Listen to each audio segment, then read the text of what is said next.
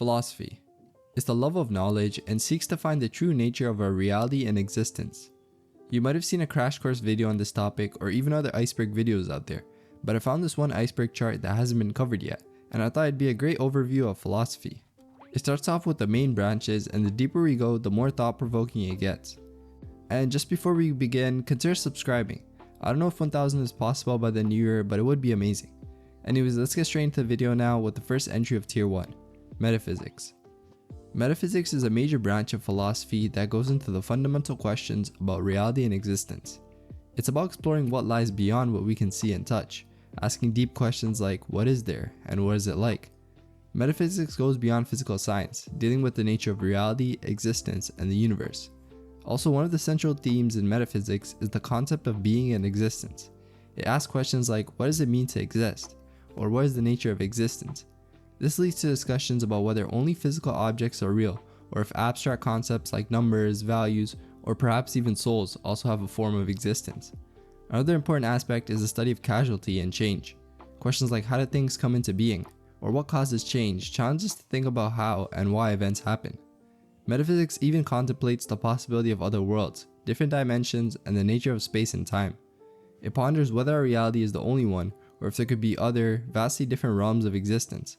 Basically, this field of philosophy doesn't just seek to answer these questions, it aims to understand the principles and structures that underlie everything in our universe. While these questions might seem abstract or theoretical, they can have some profound implications for how we understand ourselves and the world we live in.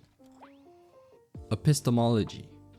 Epistemology is another key branch of philosophy that explores how we gain knowledge and what true knowledge really is. It asks big questions like what is knowledge, how do we know something, or can we really be certain about what we know? At its core, knowledge is often defined as justified true belief. This means for something to be knowledge, it should be a belief that is true and supported by good reasons or evidence. But here's where it gets a little tricky. Knowing isn't just about having beliefs, it's about those beliefs being accurate and based on solid evidence. One key aspect of epistemology is understanding how we acquire knowledge. There are mainly two ways: through our senses, which is empirical knowledge, and through our reasoning, which is rational knowledge. Empirical knowledge comes from what we observe, like seeing rain and knowing it's raining. Rational knowledge is gained by thinking and reasoning, like understanding mathematical truths. Skeptics argue though that since our senses and reasoning can be flawed, absolute certainty might be impossible. In practice, epistemology is important in areas like science and law, where defining valid evidence and reasoning is crucial. It sort of reminds me of the movie 12 Angry Men, where one person was questioning the uncertainty of the knowledge and trying to figure out the real scenario in the jury trial. Theology. Theology, I'd say, is a pretty well-known one, and it's basically the study and understanding of religious beliefs, practices, and ideas about the divine or God. It goes beyond just learning about a religion. It involves a deep dive into religious texts, traditions, and beliefs to grasp their deeper meanings and impacts. In theology, several key areas are explored. Systematic theology is one where theologians try to create a cohesive and comprehensive understanding of a religion's doctrines or beliefs. It's like putting together a big puzzle where each piece is a different part of the religion, and the goal is to see the whole picture clearly. Then there's historical theology, which is all about understanding how religious beliefs and practices have evolved over time. It traces the footsteps of a religion through history, seeing how and why certain beliefs changed and what influenced these changes. Another important part of theology is moral theology. This area deals with questions about right and wrong within the context of religious beliefs. It's about understanding what a religion says about how to live a good, moral life and the reasoning behind these teachings. The study of theology is not limited to any one religion though. While Christian theology is widely studied in the West, there's also Islamic theology, Jewish theology, Hindu theology, and so on, each exploring their respective faiths. Aesthetics. Aesthetics is an important branch of philosophy that explores the nature of beauty, art, and taste.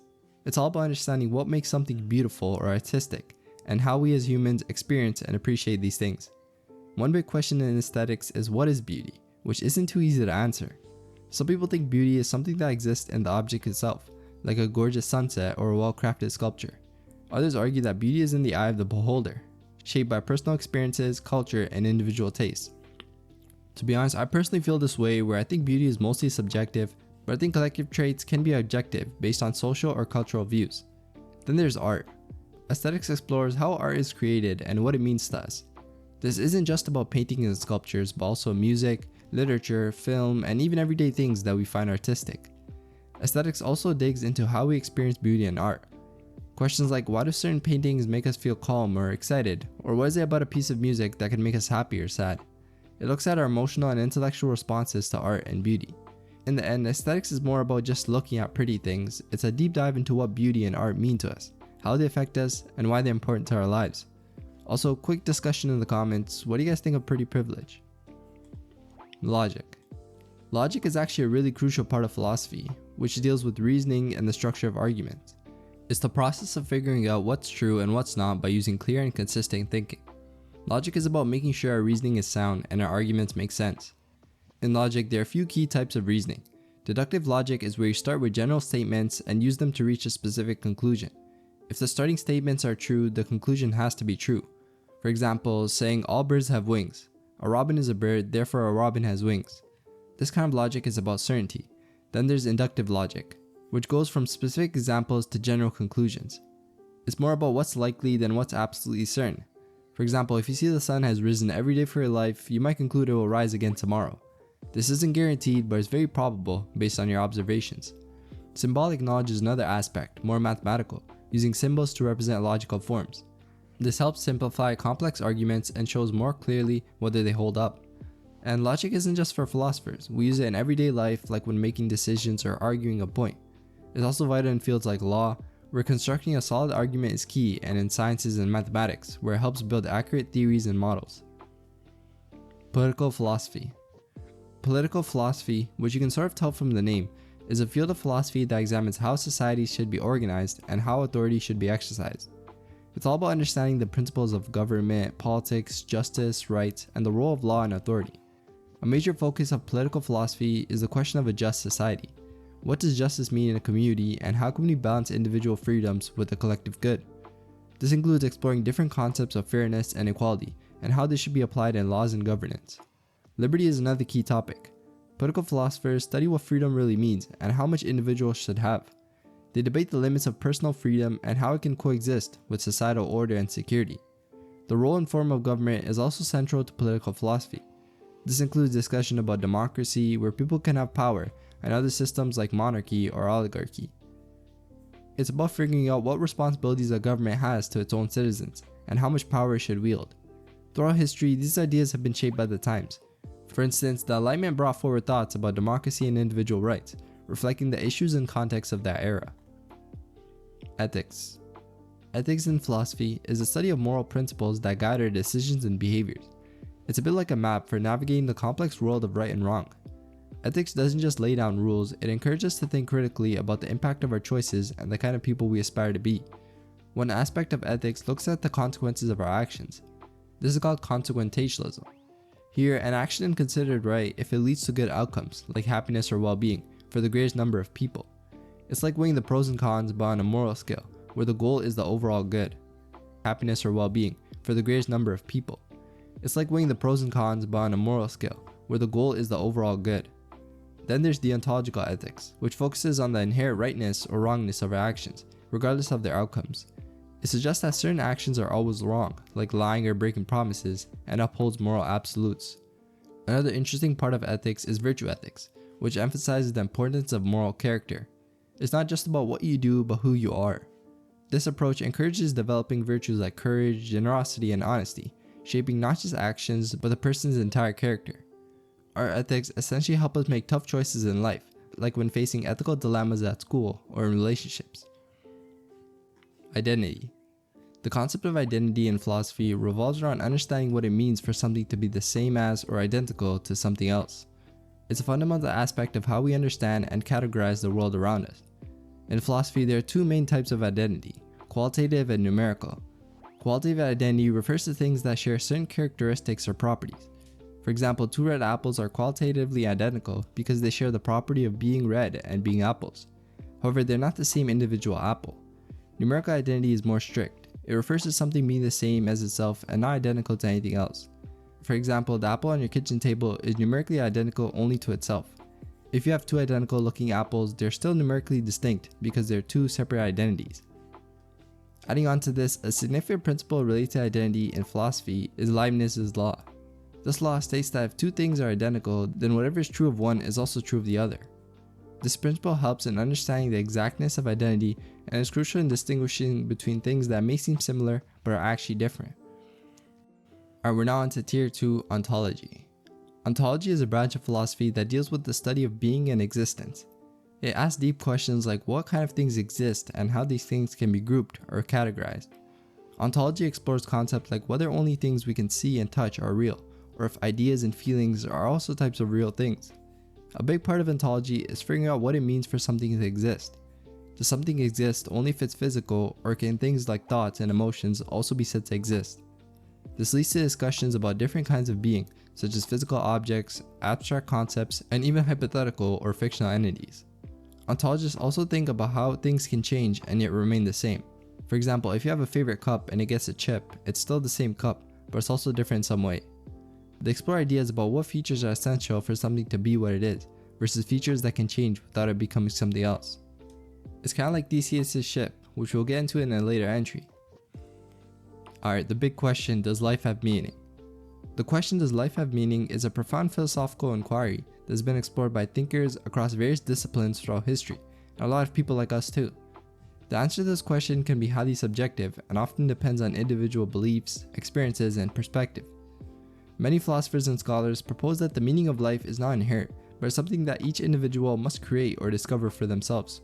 This perspective suggests that life's meaning can be found in personal achievements, relationships, contributions to society, or the pursuit of knowledge. Existentialist philosophers, though, such as Jean-Paul Sartre, argue that life has no inherent meaning and is up to each individual to create their own purpose.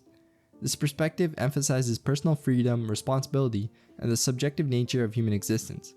Also, some philosophical perspectives propose that life may not have a definite or universal meaning. These perspectives suggest that life's meaning may be a construct of human consciousness, created to give structure and purpose to our existence.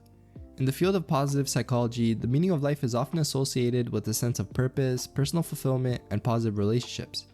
Research in this field suggests that having a sense of purpose in life is associated with positive health outcomes. I agree a lot with positive psychology though, where I think working towards a goal really gives us purpose in our lives. What is art? Art kind of adds on to aesthetics, where it's a multifaceted concept that encompasses a wide range of human activities and their products, characterized by creative or imaginative talent.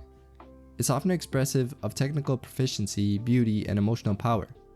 The definition of art has varied greatly throughout history and across cultures, and there's no universally agreed upon definition. In the Western tradition, art is traditionally divided into three classical branches: painting, sculpture, and architecture. However, the scope of art extends beyond these to include theater, dance, music, literature, cinema, and more. Art can be understood as the study of a creative skill, a process of using that skill, a product of the creative skill, or the audience's experience with the creative skill. It also serves as a vehicle for the expression or communication of emotions and ideas, a means for exploring and appreciating formal elements for their own sake, and as mimesis or representation. Philosophers like Aristotle have contributed to the concept of art as mimesis, while others like Leo Tolstoy and Benedetto Croce have emphasized art's role in expressing emotions and communicating between individuals. Art can also be seen as a form of creative expression that comments on the human experience, and it often involves storytelling and symbolism. Mereology. Mereology in philosophy is the study of parts and wholes. It examines how individual elements come together to create larger entities and explores the connections between these parts and the wholes they form. One central aspect of mereology is the idea of summation. It seeks to understand how individual components combine to constitute a unified whole. For example, it examines how atoms assemble to create molecules, or how words come together to construct sentences. Unity is another key concept. Mereology delves into the notion of unity, exploring when parts become so closely related that they form a single entity. It asks questions about the nature of this unity and the conditions under which it arises. The relationship between parts and wholes, known as parthud, is a fundamental aspect of mereology. It investigates what it means for something to be a part of the larger whole, and distinguishes between proper parts and mereological parts, contributing to our understanding of part-whole relationships. Mereology also explores the concept of composition. It considers whether a whole is merely the sum of its parts, or if there are emergent properties that manifest when the parts are combined. Applied ethics. Applied ethics is like a guide for navigating real-world moral dilemmas using ethical principles. Unlike theoretical ethics, which delves into abstract ideas of right and wrong, applied ethics deals with concrete issues. Think of it as a bridge between moral philosophy and everyday challenges. It covers a wide range of topics like medical decisions, business conduct, environmental concerns, and human rights issues. In applied ethics, philosophers and ethicists don't just ponder moral theories, they apply these theories to specific situations. For example, in medical ethics, they might consider the ethical implications of genetic engineering or euthanasia. In environmental ethics, the focus could be on our duties towards the planet and future generations. The goal is to find practical, morally sound solutions to these complex problems, balancing theoretical principles with real-world practicalities. It's about making tough choices in situations where moral answers aren't clear-cut, providing a framework for thinking about what we ought to do, not just what we can do. Metaethics. Metaethics is a branch of philosophy concerned with the nature and foundations of ethical concepts and moral judgments. It takes a step back from specific ethical questions and instead explores fundamental inquiries about the very essence of ethics. One central debate in metaethics is between moral realism and moral anti-realism. Moral realists argue that there's objective moral facts or truths that exist independently of human beliefs. They contend that moral statements can be objectively true or false. In contrast, moral anti-realists assert that moral judgments are not grounded in objective facts, but are expressions of individual or cultural preferences. Another significant distinction is between cognitivism and non-cognitivism. Cognitivists hold that moral statements express beliefs or propositions that can be true or false. Non-cognitivists, on the other hand, claim that moral statements convey emotions, attitudes, or desires, rather than objective informations. Metaethics also delves into the semantics of moral language, examining the meaning and use of terms like good, bad, right, and wrong. It addresses questions about whether these terms have objective reference and how they function in ethical discourse. And metaethics also explores the nature of moral motivation, considering whether moral judgments necessarily lead to action, the motivations driving moral behavior, and the role of reason in deriving moral principles. Lastly, metaethics also engages with the is-out problem, proposed by David Hume, which questions the logical derivation of moral claims from descriptive statements. Normative ethics. Normative ethics is a branch of philosophy concerned with ethical theories and principles used to determine what's morally right and wrong.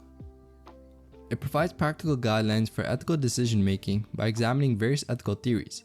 We'll be looking at some of these theories like utilitarianism, a prominent theory, which asserts that the morally right action is one that maximizes overall happiness or utility. It focuses on the consequences of actions and seeks to achieve the greatest good for the greatest people. Deontology, though, another key theory, emphasizes inherent moral principles and duties that guide ethical actions, irrespective of consequences. Virtue ethics centers on developing virtuous character traits and prioritizes moral virtues like honesty and compassion. Ethical actions align with virtuous character. Rights-based ethics is grounded in individual rights and freedoms, evaluating actions based on the respect for individual rights. Ethical egoism posits that individuals should act in their self-interest, pursuing actions that maximize their well-being. It emphasizes personal happiness as the guiding ethical principle. Care ethics values caring relationships, empathy, and compassion in moral decision-making. So, normative ethics plays a crucial role in helping individuals in society determine what is morally right and just. It offers diverse ethical frameworks to guide ethical choices in various contexts, contributing to ethical behavior and moral deliberation. Alright, now into tier 3, act/rule utilitarianism. Alright, so act utilitarianism and rule utilitarianism are two prominent ethical theories within the utilitarian framework. They both share the core principle that the morally right action is the one that maximizes overall happiness or utility, but they differ in their approach to applying this principle. So for the first one, act utilitarianism, also known as individual or direct utilitarianism, evaluates the morality of individual actions based on their specific consequences. According to this theory, in any given situation, one should choose the action that produces the great overall happiness for all affected parties. Act utilitarians consider the immediate and direct consequences of each action when making ethical decisions. This means that the right action in a particular circumstance may vary from one situation to another, depending on the expected outcomes. On the other hand, rule utilitarianism takes a more general and rule-based approach to ethical decision-making. Instead of evaluating each individual action separately, rule utilitarians advocate following a set of moral rules or principles that, if universally applied, would lead to the greatest overall happiness. These rules are derived from utilitarian calculations of expected outcomes. Rule utilitarianism emphasizes the importance of consistency and the long-term effects of adhering to certain rules. Basically, act utilitarianism focuses on evaluating individual actions based on their immediate consequences, and on the other hand, rule utilitarianism emphasizes the adoption of moral rules that, when consistently followed, maximize overall happiness. Also, the term utilitarianism is kind of hard to pronounce, so I'm sorry for that. Theseus' ship. The ship of Theseus, which we mentioned earlier, is a thought experiment and philosophical paradox that raises questions about identity, persistence, and change. It's often used to explore the concept of identity over time and the nature of objects undergoing continuous alteration. The paradox goes as follows. Imagine a ship known as Theseus' ship that is constantly undergoing repairs. As parts of the ship, such as planks, sails, and even the mast, become old and worn out, they are replaced with new, identical parts. Over time, every component of the ship is replaced in this manner. The question that arises after that is whether the ship that results from all these replacements is still the same ship of Theseus, or if it has become an entirely different ship. In other words, does the identity of the ship persist through these changes, or does it change with the replacement of its parts? This paradox challenges our intuitions about identity and prompts philosophical inquiries into the nature of objects and their persistence. It also has real-world implications, as it can be applied to questions about personal identity, the persistence of objects over time, and the concept of identity in the face of change. Should a leader be moral? The question of whether a leader should be moral is the subject of ongoing debate and philosophical inquiry. It touches upon fundamental issues related to leadership, ethics, and the expectations placed on individuals in positions of authority. Many argue that leaders have a moral responsibility to act ethically and uphold moral principles. They set an example for their followers and have a significant impact on the moral climate of their organizations or societies. Moral leaders tend to earn the trust and credibility of their followers. When people believe that the leader is actually acting with integrity and moral values, it makes sense that they're more likely to support and follow that leader. Moral leadership is often associated with long-term success, as leaders who prioritize ethical considerations and decision-making are more likely to make sustainable and responsible choices. Leaders often have a profound influence on the social and cultural norms of a group or society, and moral leadership can contribute to the promotion of positive social values and ethical behavior. However, on the other hand, some argue that leaders should prioritize pragmatism and achieving specific goals over strict adherence to moral principles, especially in situations where tough decisions may require compromising on moral values for the greater good. Additionally, ethics can be complex and context dependent, making it challenging for leaders to navigate situations where moral principles conflict or where morally right action is unclear. Also, like we talked about earlier, what's considered moral can vary among individuals and cultures, posing challenges for leaders trying to satisfy everyone's moral expectations. I can actually see this being applicable like in earlier times when there was war, and how leaders might have been unclear about what to do. Fatalism. Fatalism is a philosophical doctrine that asserts that events, outcomes, and actions in the universe are predetermined and inevitable.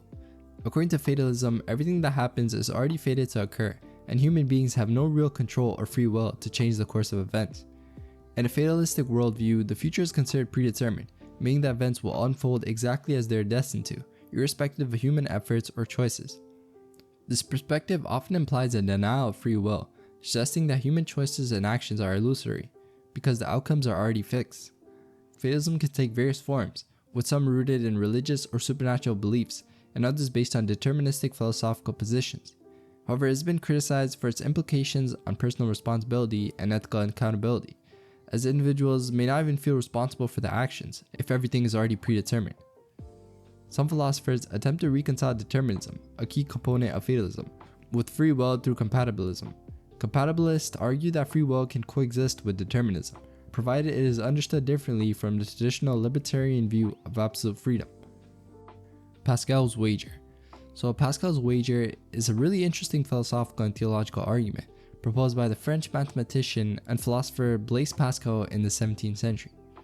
It addresses the question of whether it is rational to believe in the existence of God, especially when faced with uncertainty. Pascal's argument is grounded in the idea that belief in God is a practical matter, rather than one of pure reason or evidence. He suggests that it is in one's self-interest to believe in God, regardless of whether God's existence can be proven. The core of Pascal's wager can be summarized in 4 key points. The first point being, if you believe in God and God exists, you gain eternal happiness. If you believe in God and God does not exist, you lose little or nothing in the end. If you do not believe in God and God exists, you face eternal damnation. If you do not believe in God and God does not exist, you gain little or nothing. Pascal argues that when you weigh the potential outcomes, it is more rational to believe in God because the potential benefits of belief, which is internal happiness, far outweigh the potential costs, which is little or nothing. Critics of Pascal's wager contend that it oversimplifies the question of belief in God and that belief should not be solely based on self-interest. They raise questions about the nature of faith, the choice of which God to believe in, and the genuineness of belief based on pragmatic reasons. Nature versus nurture. So you probably heard this before, but the nature versus nurture debate is a long-standing and fundamental issue in the fields of psychology and philosophy. It revolves around the question of whether human behavior and traits are primarily influenced by genetics and biology, which is nature, or by environmental and experiential factors, which is nurture. The nature side of the debate posits that genetics and biological factors play a significant role in determining human traits, behaviors, and abilities. This perspective suggests that certain characteristics are inherent and hardwired into an individual's DNA. On the other hand, the nurture side argues that environmental factors, including upbringing, cultural education, and experiences, are the primary drivers of human development and behavior. It emphasizes the role of external influences in shaping an individual's personality and skills. Many contemporary scholars and researchers adopt an interactionist perspective, which acknowledges that both nature and nurture interact to influence human development. This perspective recognizes that complex interplay between genetics and the environment. This debate can be observed in various aspects of psychology, such as intelligence, personality, mental health, and even physical traits. For example, researchers study the heritability of traits like IQ and the impact of early childhood experiences on personality development. Anti/natalism. Antinatalism is a philosophical position that questions the moral or ethical justification for having children, and often emphasizes the potential suffering or harm that can be associated with existence. Antinatalists base their position on moral or ethical concerns, arguing that by having children, individuals may subject them to the potential suffering, pain, and hardships that life can entail. They advocate for refraining from procreation as a way to prevent harm. One common argument made by anti-nihilists is the asymmetry argument, which posits that the absence of suffering is good, but the absence of pleasure or well-being is not bad when there is no one to experience it. Therefore, it's better to avoid creating potential sufferers altogether. Some anti-nihilists extend their argument to include environmental and overpopulation concerns, believing that reducing the human population can help mitigate the negative impacts of humans on the planet. Anti-nihilism has faced criticism, with opponents arguing that it overlooks the potential for joy, happiness, and positive experiences in life. Some assert that individual autonomy and the desire for procreation are essential human rights. Anti-nihilism comes in various forms, including hard anti-nihilism, which opposes procreation, and soft anti-nihilism, which advocates for procreation only under certain conditions or with specific precautions. To be honest, I'm just now learning about these topics and they're actually really interesting to hear. Essentialism. Essentialism is a philosophical concept that suggests that objects, entities, or concepts possess inherent and unchanging qualities or characteristics that define their identity. In essence, it posits that there are essential attributes that are necessary to define what something fundamentally is. This perspective asserts that these inherent characteristics are immutable and fixed, remaining constant over time. Essentialism has its historical roots in the philosophy of Plato, who believed in the existence of abstract, ideal forms that represented the true essence of things. For example, in Plato's view, there was an ideal form of a chair that all physical chairs imperfectly modeled. While essentialism has been influential in various philosophical discussions, it has also faced criticism for its rigidity and simplification of complex realities.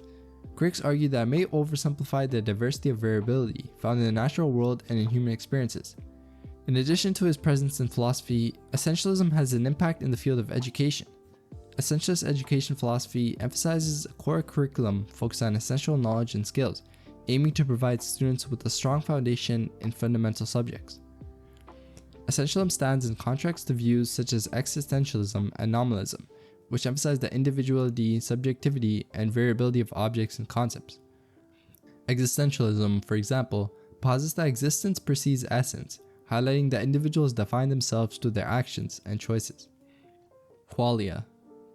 Qualia refer to the subjective, individual, and conscious experiences that individuals have when perceiving or interacting with the world.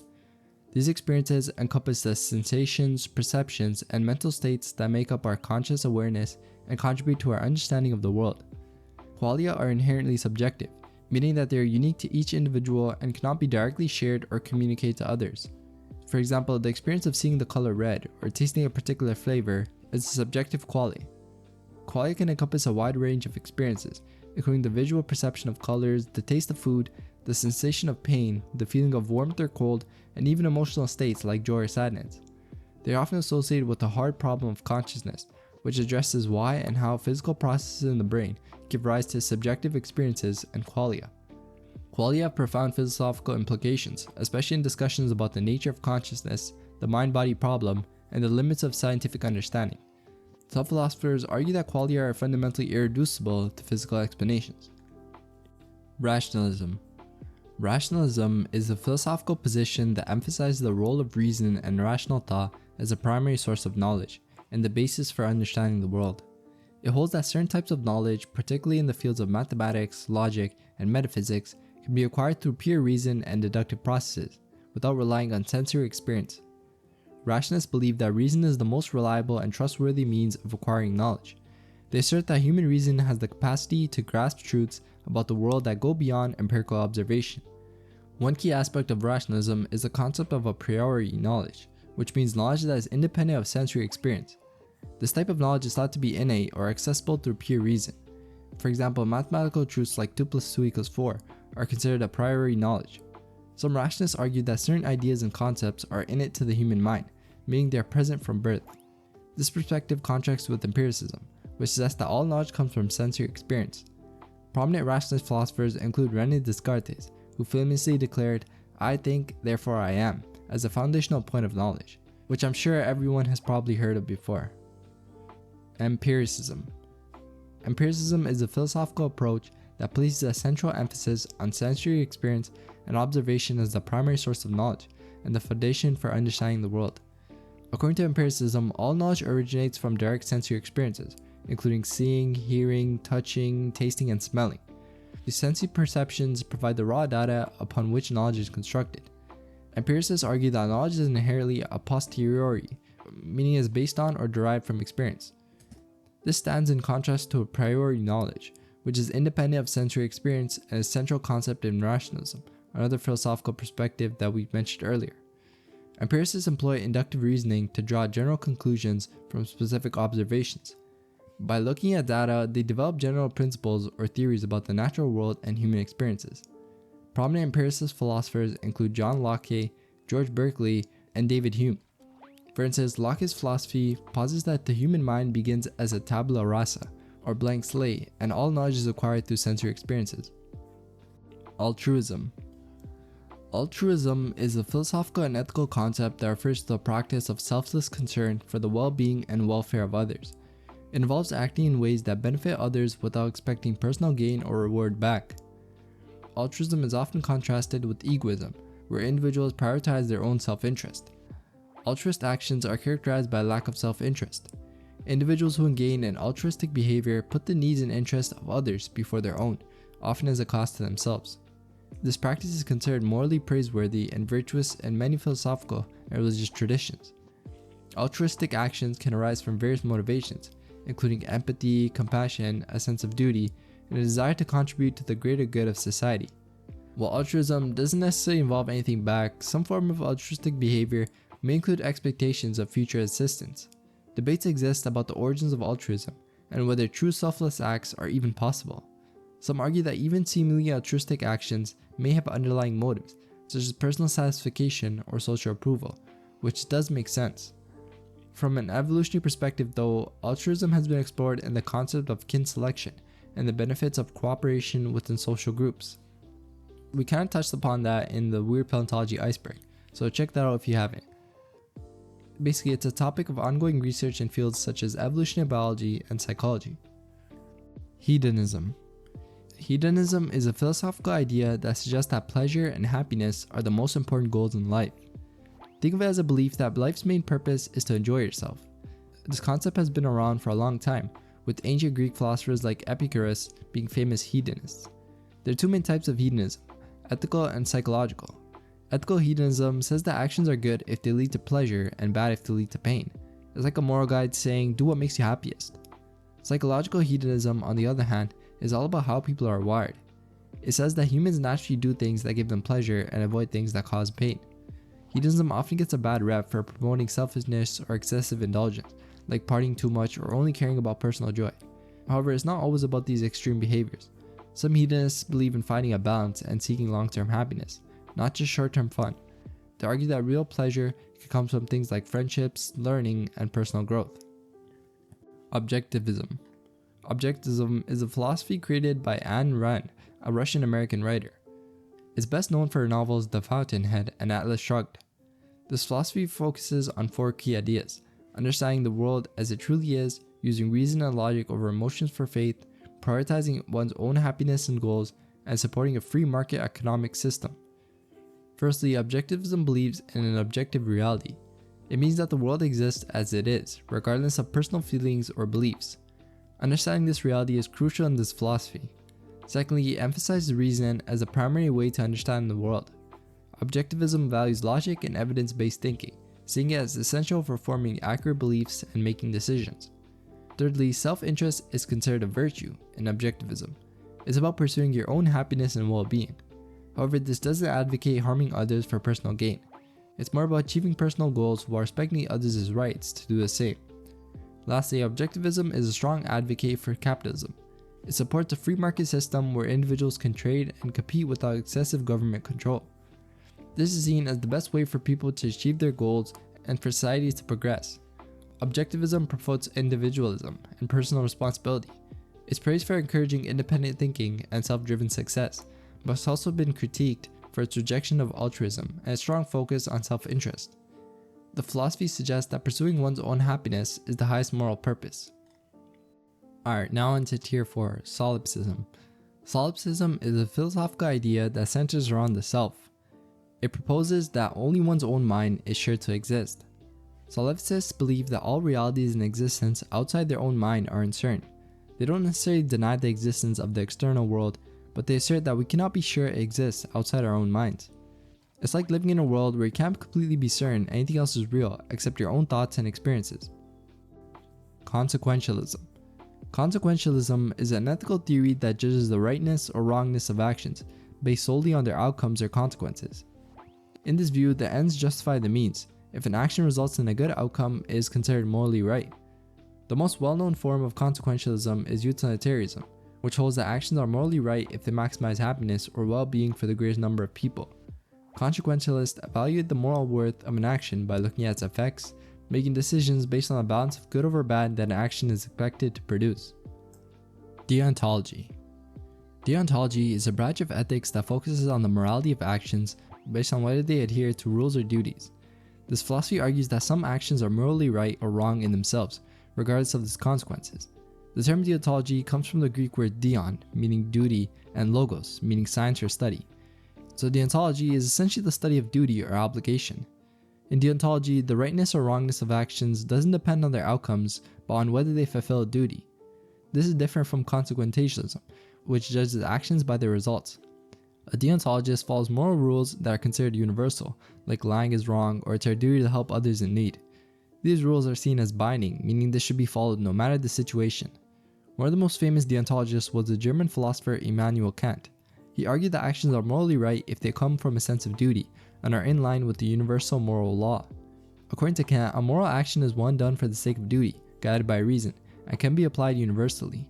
For example, in deontology, telling the truth is a duty, so even if lying would bring a better outcome in a particular situation, it will still be considered wrong because it violates the moral rule of honesty. Omnipotence paradoxes. The omnipotence paradoxes question the concept of omnipotence, the ability to do anything by presenting scenarios that seem to create logical contradictions. A classic example is the paradox of the stone. It asks if an omnipotent being can create a stone so heavy that it can't lift it. If the being can create such a stone, then it appears there's something it can do, like lift the stone. But if it can't create the stone, then again there's something it can't do, which is create the stone. This challenges the idea of being all-powerful. Another example is the paradox of irresistible force and immovable object. What would happen if an unstoppable force met an unmovable object? It kind of sounds like physics, but the existence of an irresistible force implies there can't be an immovable object, and vice versa. This scenario questions the possibility of two omnipotent forces existing at the same time. Then there's logical impossibilities, such as whether an omnipotent being can create a square circle, or make 2 + 2 = 5. These tasks are logically impossible because they contradict the very definitions and properties of shapes in mathematics. the paradox here lies in whether omnipotence includes doing the logically impossible. Lastly, there's the question of whether an omnipotent being could limit its own power. If it can't limit itself, then there seems to be something it can't do. If it can't, then it lacks the ability to limit its own power. This again raises a contradiction in the nature of being an all-powerful. It's kind of a bit tricky, but yeah, that's basically about it. Parable of the Invisible Gardener. The parable of the invisible gardener is a thought experiment introduced by philosopher John Wisdom in 1944. It's often used to discuss the nature of religious beliefs and the existence of God. Here's a pretty simplified version of the parable. Imagine two people come across a clear, well-kept garden in the middle of a jungle. One of them believes there must be a gardener who looks after this garden, but the other doubts it. They decide to stay and watch for the gardener. However, no gardener ever appears. The believers suggest that the gardener is invisible. They set up a barbed wire fence and electrify it to catch the gardener, but still no one appears. The believer then proposes that the gardener is not only invisible but also intangible, scentless, and makes no sound. At each stage, the believer adjusts their explanation to maintain the belief in an invisible gardener, despite the lack of evidence. The skeptic points out that the undetectable gardener is indistinguishable from no gardener at all. The believer, however, holds on to their belief. The parable illustrates the debate between religious believers and non-believers. The believer in the story represents those who have faith in a higher power despite the lack of empirical evidence, adapting their beliefs to accommodate new information or lack thereof.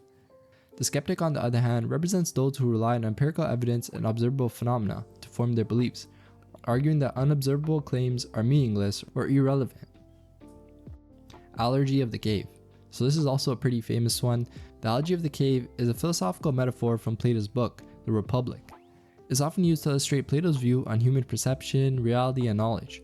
In this allergy, Plato describes a group of people who have lived chained to the wall of a cave all their lives, facing a blank wall. They watch shadows projected on the wall from objects passing in front of a fire behind them and begin to ascribe forms to these shadows. According to the allergy, the shadows are as close as the prisoners get to viewing reality. One day though, one of the prisoners breaks free and is forced to turn and see the fire. The light of the fire hurts his eyes and makes it difficult for him to see the objects casting the shadows. If he were told that what he's seeing is real instead of the mere shadows he used to see, he wouldn't believe it. Gradually, as his eyes adjust to the light of the sun, he begins to see the world outside the cave. Finally, he understands that the outside world is the real one, and that the cave and the shadows were mere illusions. The freed prisoner represents the philosopher, who seeks knowledge outside of the cave, which symbolizes the sensory or superficial world.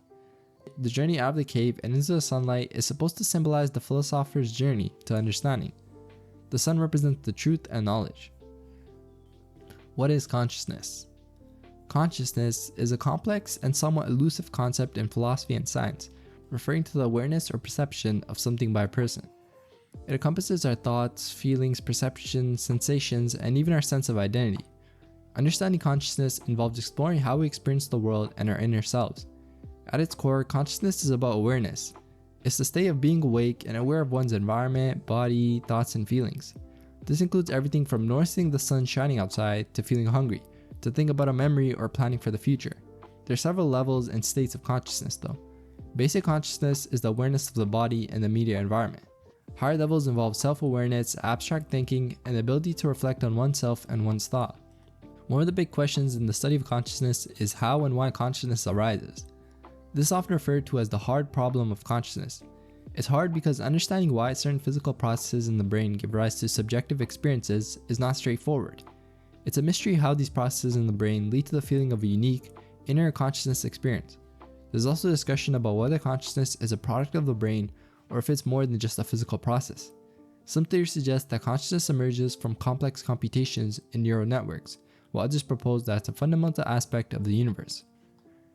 Moral relativism/absolutism. Moral relativism is the view that moral judgments and ethical standards vary depending on individual or cultural perspectives. According to this approach, there are no absolute truths in morality. What is considered right in one culture or for one person might be wrong in another. This perspective emphasizes understanding and tolerance of different moral views and acknowledges that context plays a significant role in moral decision making. Moral absolutism, in contrast, holds that certain ethical rules are universal and unchanging. It posits that specific actions are inherently right or wrong, regardless of the circumstances or beliefs of a culture or individual. Absolutists believe in fixed moral principles that apply to all people, suggesting a universal standard of morality. Reductionism. Reduction is a philosophical approach emphasizing the understanding of complex systems by dissecting them into their more fundamental parts. This method is grounded in the belief that the nature and workings of a system can be understood entirely through an analysis of its individual components. In the realm of science, reductionism plays a crucial role, particularly in fields like biology, chemistry, and physics. For instance, in biology, the behavior of an organism can be studied through the examination of cells, genetic material, and biochemical processes. However, reductionism is not without its critics. Some argue that it oversimplifies complex systems, ignoring the interactions and emergent properties that are critical in understanding the whole. Emergent properties refer to new attributes of a whole that are not present in its individual parts. For example, consciousness in humans is an emergent property that cannot be fully explained merely by examining neurons and their functions. Holism. Holism is like looking at a big, intricate puzzle. Imagine you have a puzzle of a beautiful landscape. If you only look at one piece, you can't see the whole picture. It's only when you put all the pieces together that you see the mountains, trees, and sky as one big, stunning view. This is basically what holism is about, understanding that everything in a system, like pieces of a puzzle, work together to create a complete picture. In science, holism means studying things as a whole instead of just looking at parts. For example, in biology, instead of studying just one cell, holism would look at how all cells work together in an organism. Holism is also used in psychology. It suggests that to understand someone's mind or behavior, you need to consider everything about them, like their family, culture, and experiences, not just one aspect of their life. This approach helps us see how different parts of the world connect and affect each other, offering a more complete and meaningful understanding than if we only looked at things piece by piece. Noumenon.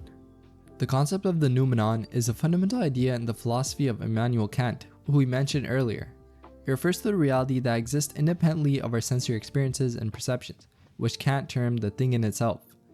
Unlike phenomena, which are objects as they appear to us through our senses, noumena represent the reality that lies beyond our sensory experience. Kant argued that while we can infer the existence of noumena, they are ultimately unknown to us, as our knowledge is limited to the realm of phenomena, the world as it appears to us. The distinction is the cornerstone of Kant's critical philosophy, emphasizing the limits of human understanding and the difference between appearance and reality. Propositional calculus. Propositional calculus, also known as propositional logic, is like a toolbox for working with simple true or false statements. Basically, imagine you have statements such as it's sunny or the cat is sleeping. These are like the basic tools. Now, propositional calculus shows us how to combine these tools using operations like and, or, not, and if then to build new complex tools. For example, we can combine it's sunny and the cat is sleeping with and to make a new statement, which is it's sunny and the cat is sleeping. This new statement is true only if both parts are true. If it's rainy or if the cat isn't sleeping, the whole statement becomes false.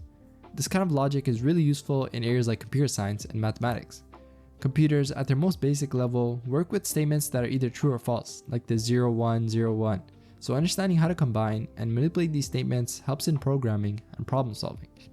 In math, propositional calculus helps us understand and prove complex ideas by breaking them down into more simpler parts.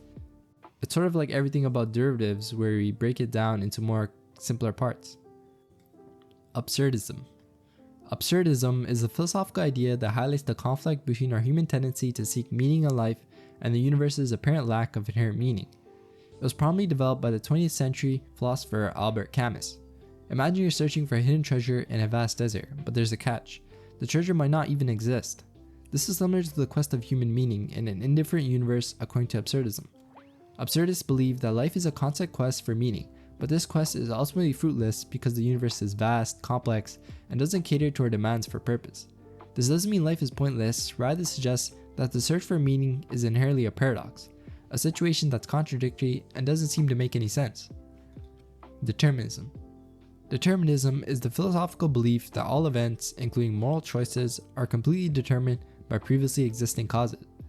It's like thinking of a universe as a giant machine, where everything that happens is the result of a series of gears and cogs turning in a predictable way. This idea is based on the principle that everything in the universe, including human behavior, follows a set of unbreakable laws, like the laws of physics. In determinism, the past completely shapes the future. This means that every action of the event is the inevitable result of what has happened before. For example, imagine setting up a row of dominoes and tipping the first one over. Once you do that, the falling of each domino is predetermined by the arrangement and the initial push. In this way, determinists believe that everything happening now and what will happen in the future is a result of a chain of events set in motion in the past. This viewpoint raises big questions about free will. If our actions are predetermined, can we truly make free choices? Determinists would say no. Our sense of making choices is an illusion because our decisions are the result of causes outside of our control, like our upbringing, genetics, and environment. Nihilism. Nihilism is a philosophical belief that rejects all religious and moral principles, often arguing that life is meaningless. It encompasses a range of philosophical, ethical, and existential stances, which all declare that various values are baseless and that life lacks purpose, truth, or intrinsic value. Nihilists maintain that there are no reasonable grounds for establishing a moral or ethical foundation, and that search for knowledge is futile. This perspective leads to a general skepticism concerning humanity's ability to know anything with certainty, and is pretty influential in various culture and philosophical movements, and it challenges conventional ways of thinking, pushing us to question the foundations upon which we build our understanding of life and the universe. Stoicism. Stoicism is a philosophy that began in ancient Greece, which teaches the development of self-control and fortitude as a means to overcome destructive emotions. It's about remaining calm and wise in the face of life's ups and downs. Founded around 300 BCE by Zeno of Citium, Stoicism became especially popular in Rome thanks to philosophers like Seneca, Epictetus, and Emperor Marcus Aurelius. The central idea of Stoicism is that our happiness or unhappiness is chiefly determined not by circumstances, but by our responses to them. It's like being in a stormy sea. While we can't control the weather, we can adjust our sails. Stoics believe that we should focus on what we control, our thoughts, behaviors, and reactions, and accept what we can't control, like other people's actions or unforeseen events. Stoicism isn't about suppressing emotions or enduring pain without complaint. Rather, it's about recognizing which parts of life are within our power to change and working on our attitude toward the rest. This philosophy encourages clear judgment, inner calm, and the courage to face life's challenges. And it's pretty cool philosophy. I know a lot of people that adhere to this philosophy. Existentialism. Existentialism is a philosophical movement that emphasizes individual existence, freedom, and choice. It emerged in the late 19th and early 20th century, largely through the works of philosophers like Soren Kierkegaard, Friedrich Nietzsche, Jean-Paul Sartre, and Albert Camus. At its core, existentialism asserts that individuals are free and responsible for their own actions and creating their own meanings in life. In existentialism, there's no predetermined meaning or purpose. It's up to each individual to paint their own picture. This philosophy highlights the importance of personal responsibility and the freedom to make choices. It rejects the idea that our lives are shaped by an external destiny or predetermined path. A key aspect of existentialism is the concept of existence precedes essence. This means that humans first exist, encounter themselves, and only afterwards define their essence or nature. In simpler terms, we're born without a set purpose, and we define who we are through our choices and actions. Existentialists also explore themes like the absurdity of life, alienation, and the anxiety of freedom.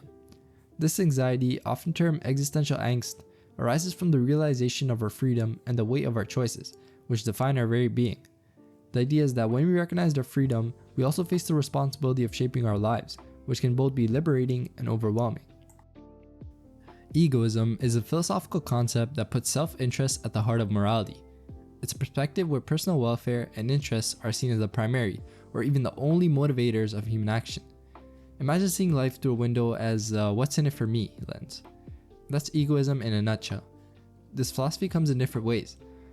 Psychological egoism suggests that all of our actions, even those appearing altruistic, are ultimately driven by self-interest. For instance, when we help others, it might be because it makes us feel good or we expect something in return. Ethical egoism takes it a step back, asserting that individuals should act in their own self-interest. This viewpoint was famously championed by philosopher Ayn Rand, who argued that rational self-interest is the moral ideal. Another variant, rational egoism, proposed that acting in one's self-interest is rational and often aligns with long-term benefits. This might include forming relationships that are mutually beneficial, going beyond immediate, short-term desires. Internalism. Internalism is a philosophical concept, particularly in the fields of ethics and epistemology, that places importance on internal factors like beliefs, desires, or reasons when determining moral judgments or justifying knowledge claims. It's like saying the key to understanding why we think something is true or why we think an action is right lies within ourselves, in our internal states. In ethics, internalism asserts that the only relevant factors in making a moral judgment are the agent's internal states, such as their beliefs, desires, intentions, or motivations. For example, if someone helps another person, an internalist would focus on their helper's internal motivations, like compassion, to determine the morality of the action, rather than external forces like societal norms or consequences. In epistemology, which deals with knowledge and belief, internalism argues that the justification for a belief solely depends on the individual's internal mental states. For an internalist, a belief is justified if it fits coherently with the rest of one's beliefs and is supported by one's sensory experiences and reasoning processes. Externalism. Externalism emphasizes the role of external factors in shaping our understanding of knowledge, beliefs, and morality. This perspective contrasts with internalism, which focuses on internal states like belief and intentions. Externalism looks beyond the individual's internal mindset to consider how external elements influence our thoughts and actions. In epistemology, externalism proposes that factors outside our conscious awareness play a crucial role in the justification of our beliefs. For instance, it's not just about whether our beliefs cohere with our other beliefs or sensory experiences, but also whether they result from a reliable process or a trustworthy source. Imagine believing it's only going to rain because you saw dark clouds. Externalism would focus on the reliability of cloud observation as a method for predicting rain, rather than just your internal reasoning processes. In ethics, externalism emphasizes the impact of external consequences and societal norms in determining the morality of actions. Unlike internalism, which looks at an individual's motives or intentions, externalism considers the outcomes of actions or the moral standards set by society.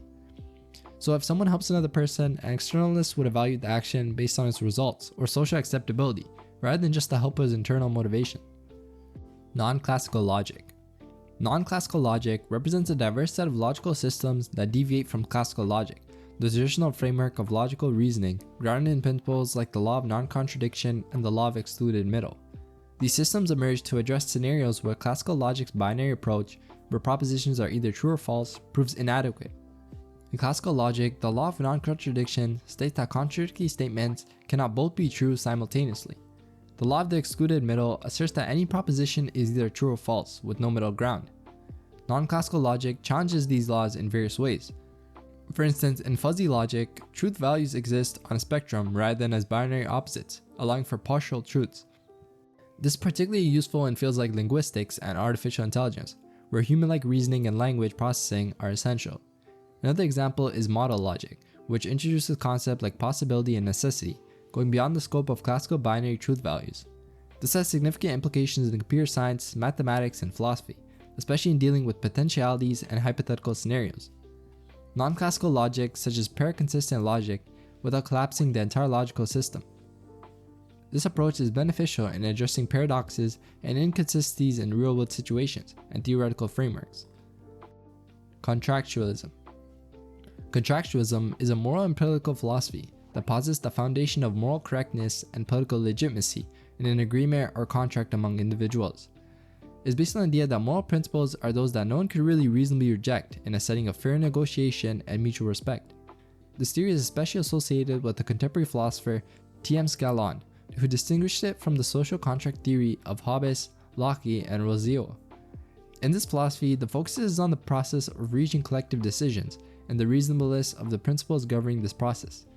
It differs from traditional social contract theories, which often emphasize the benefits of social cooperation or the outcomes of social contracts. Contractualism, in context, emphasizes the fairness and justifiability of the principles themselves to each person. A key aspect of contractualism is its approach to resolving moral disputes. It suggests that moral rightness depends on principles that cannot be reasonably rejected by individuals who are motivated to find rules for mutual benefit. This implies a deep commitment to justifying our actions to others on grounds they cannot reasonably refuse. Our onto tier 6, foundationalism. Foundationalism is a theory in epistemology, the philosophical study of knowledge that posits the existence of a certain basic, self-evident beliefs that form the foundation for all other knowledge. These foundation beliefs are inherently justified and require no further support to be considered true. On top of these foundations, other beliefs are built, deriving their justification from the foundational beliefs. The analogy of a building is often used to illustrate foundationalism. Just as a building needs a strong foundation to stand, a system of knowledge needs certain basic beliefs to be stable and valid. These foundational beliefs are similar to the building blocks of knowledge, providing a secure base from which other beliefs can be logically derived or supported. Foundational beliefs are typically characterized as self-evident, indisputable, or evident to the senses. For example, the belief that 2 plus 2 equals 4 or the direct experience of seeing a tree are examples of such foundational beliefs. It addresses the problem of infinite regress in justification, the idea that every belief must be justified by another belief. By positing foundational beliefs do not require external justification, foundationalism provides a stopping point for this regress. Coherentism. Coherentism is an epistemological theory that contends that beliefs are justified not by being based on certain foundational beliefs, but through their coherence with the web of other beliefs. This is sort of adding on to the last theory because it's kind of like a contract.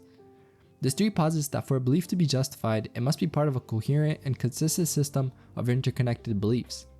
Coherentism is often illustrated using the metaphor of a web or a raft.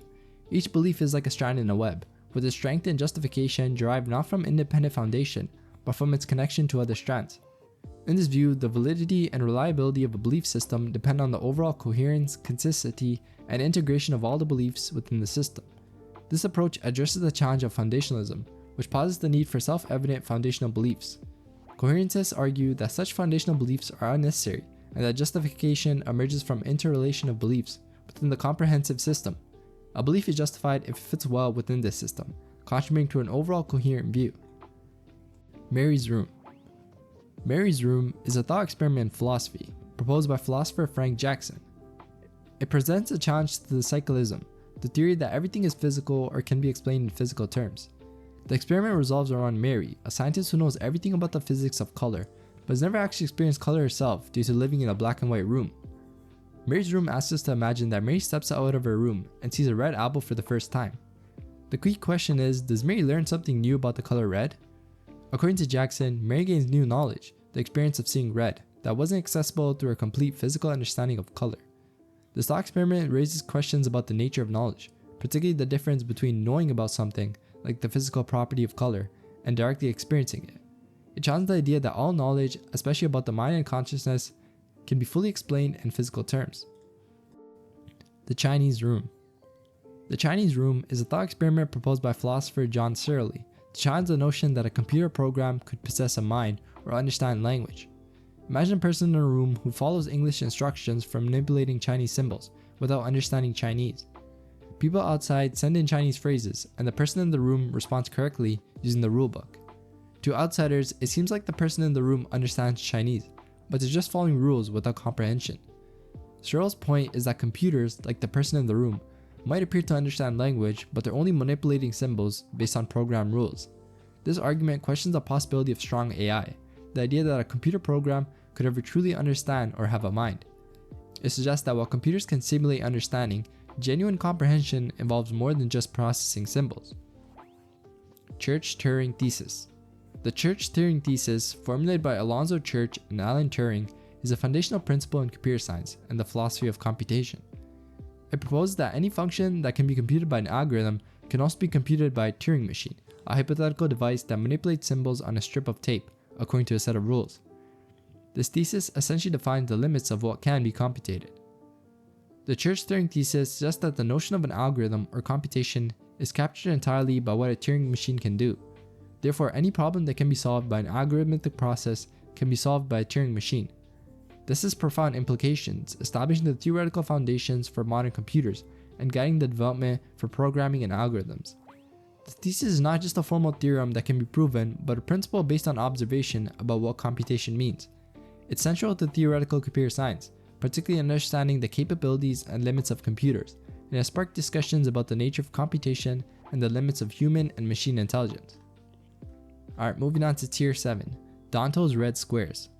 Danto's red squares refer to an argument by philosopher Arthur Danto, highlighting the distinction between a mere object and a work of art. Danto imagined two visually identical red squares, one a canvas painted red and the other a work of art. The question he posed was, what makes the second square a work of art when both squares are visually indistinguishable? Danto argued that art requires an interpretive context provided by art history, theories, and the art world.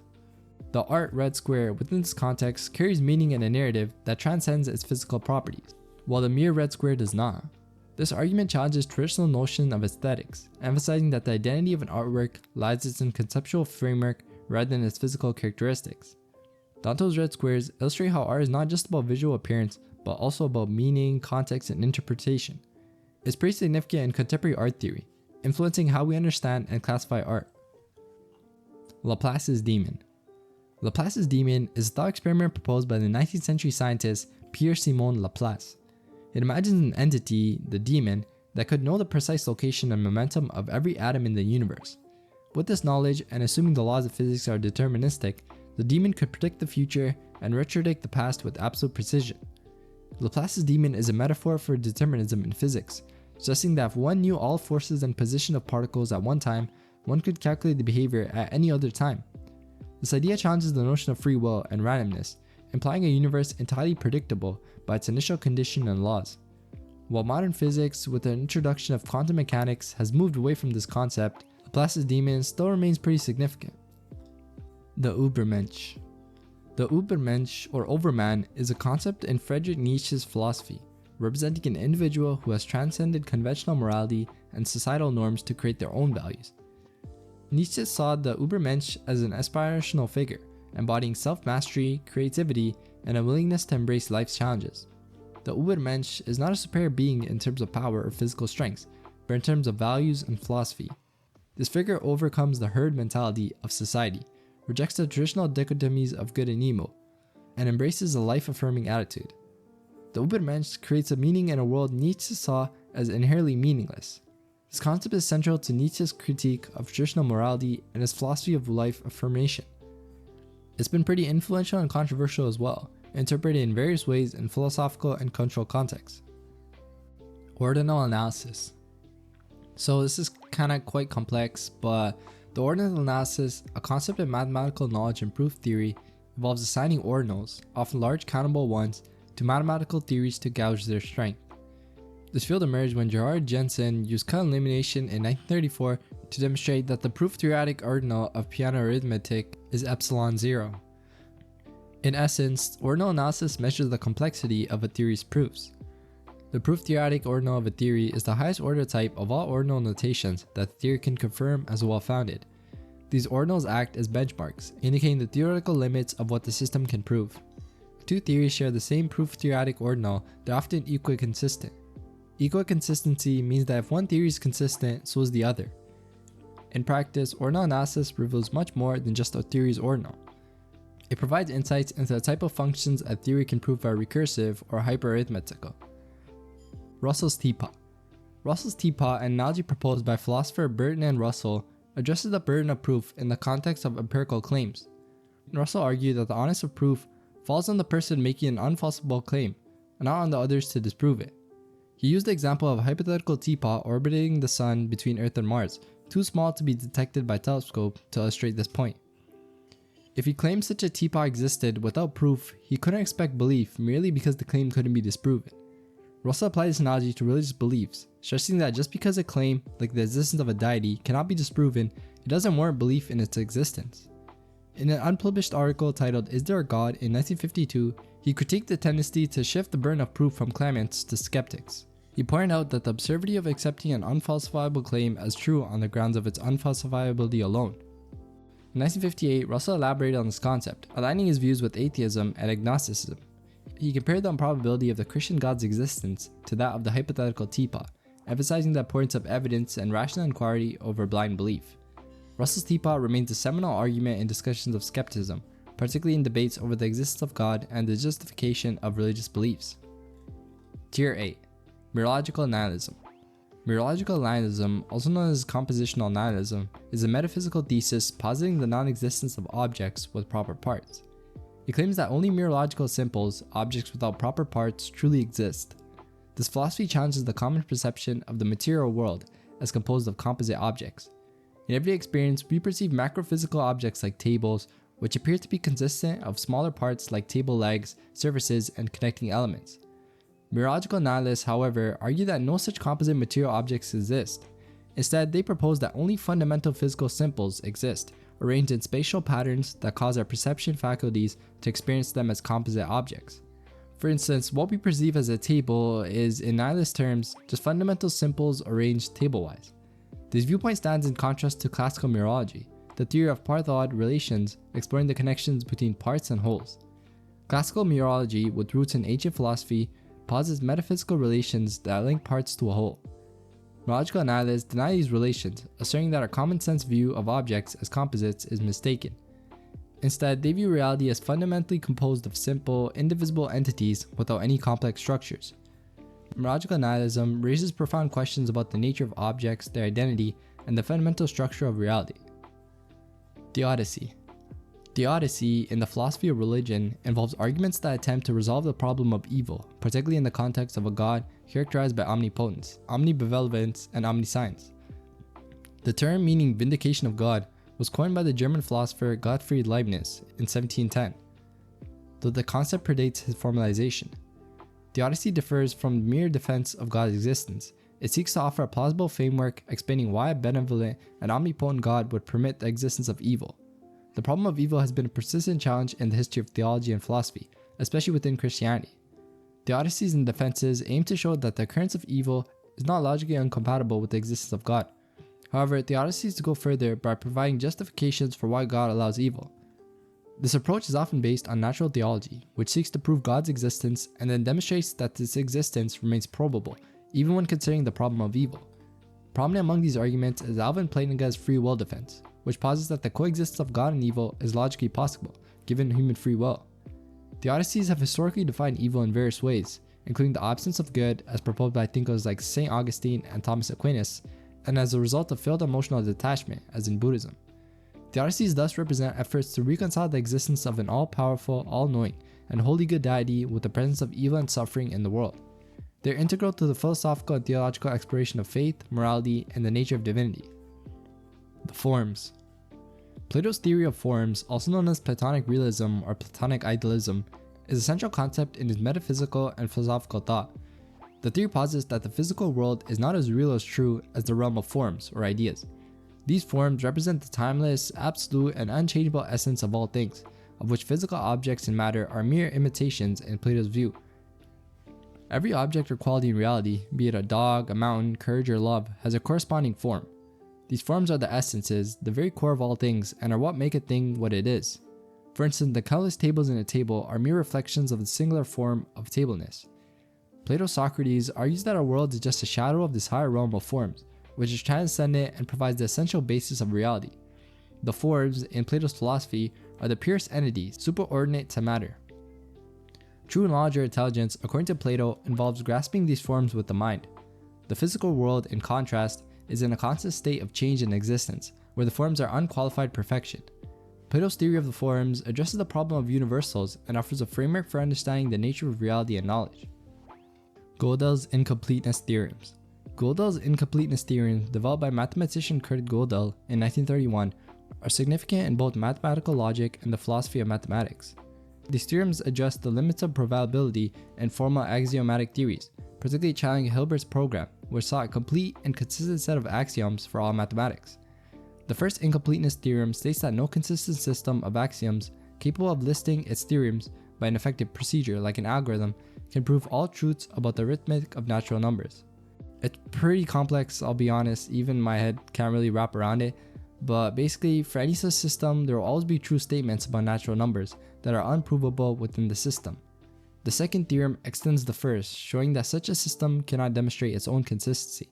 This has profound implications, indicating that within any sufficiently complex and consistent formal system, there are truths that are inherently unprovable.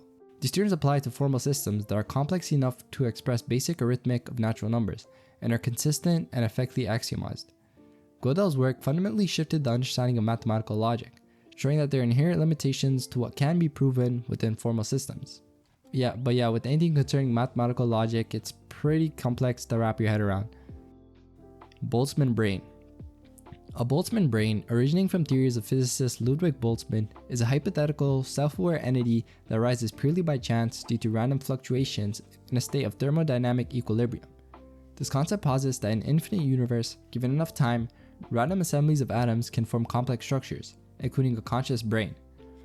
The Boltzmann brain argument suggests that the spontaneous formation of a single brain in a void is more probable than the universe existing as it does, due to random fluctuation. This hypothesis challenges our understanding of consciousness and the nature of existence, raising questions about reality. It implies that a perceived reality could just be an illusion, a randomly assembly of atoms in an endless universe.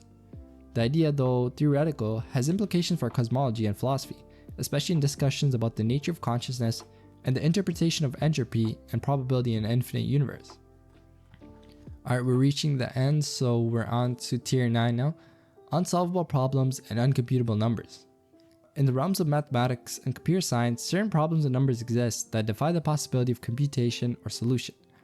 Unsolvable problems, such as the halting problem, represent questions for which no algorithm can consistently provide correct yes or no answers to.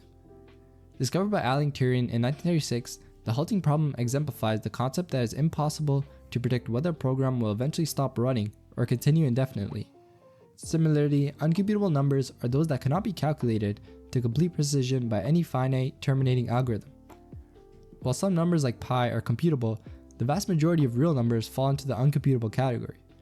These concepts are crucial in understanding the limits of computation and algorithmic problem solving, highlighting the boundaries of what can be achieved through computational methods. There are significant implications in theoretical computer science, particularly in fields like computable theory and computational complexity theory. Tier 10. Nietzsche's eternal return. Nietzsche's theory of eternal return is a philosophical concept proposing that every event in the universe will recur infinitely in the same sequence. This theory rests on the assumption that time is infinite, space is finite, and the number of atoms is finite. Nietzsche used this idea as a test for an individual's ability to affirm life, posing the question of how one would react to the prospect of living the same life over and over again. The concept has been a subject of philosophical discussion since old times, with the idea that existence recurs in an infinite cycle as energy and matter transform over time. Nietzsche's ideal is to be able to embrace the eternal recurrence and live in affirmation of this idea, meaning that we should live conscious of the fact that each moment will be repeated infinitely, and we should feel only supreme joy at the prospect. This notion challenges individuals to contemplate their existence and decisions, offering a unique perspective on life and its meaning. So it's basically like a different perspective on life. Gödel's ontological proof. Gödel's ontological proof is a formal argument for the existence of God. Rooted in the philosophical tradition that chases back to Anselm of Canterbury, the proof uses the definition of God as being greater than which cannot be conceived. Gödel argued that if God exists as a concept in our understanding, he would be greater if he existed in reality. Therefore, according to his logic, God must exist. Gödel's proof belongs to a family of ontological arguments that attempt to establish God's existence using pure logic. While Gödel is more famously known for his work on completeness and incompleteness theorems in set theory, his ontological proof contributes to a philosophical and theological discourse, using mathematical logic to address one of the most profound questions in philosophy and religion, the existence of a supreme being. Now finally on the last tier, tier 11, identity death. Identity death, often referred in philosophical and psychological contexts, is a concept where an individual's sense of self or personal identity undergoes a profound transformation, to the point where the previous identity effectively dies. This can happen through various experiences or psychological changes, such as severe trauma, major life transitions, or significant personal growth. The idea is that the person who emerges from these experiences is so fundamentally different from who they were before, that it's as if their old self had ceased to exist. This concept is distinct from physical death, focusing on the metamorphosis of one's self-concept, beliefs, values, and the outlook on life. It's a powerful notion that underscores the fluidity and evolution of personal identity over time. Now, last entry, hypercomputation. Hypercomputation, also known as super Turing computation, refers to theoretical models of computation that surpass the capabilities of standard Turing machines.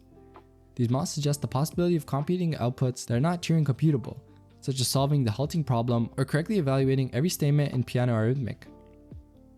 Hypercomputers, therefore, are conceptual machines capable of performing non-recursive tasks that lie beyond the Turing limit. The exploration of hypercomputations opens new possibilities in computational theory, challenging long-held misconceptions about the limits of computation. However, the practicality and feasibility of hypercomputational models remain subjects of academic debate. Some critics argue that hypercomputation as a hypothesis is ineffective due to the fundamental nature of unsolvability in problems like the halting problem.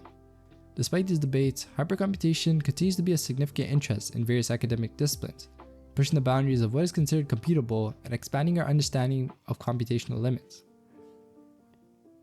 So that's the end of the video. If you got this far, thank you for watching and hope to see you in the next video. Let me know your feedback in the comments and thank you for watching. Bye.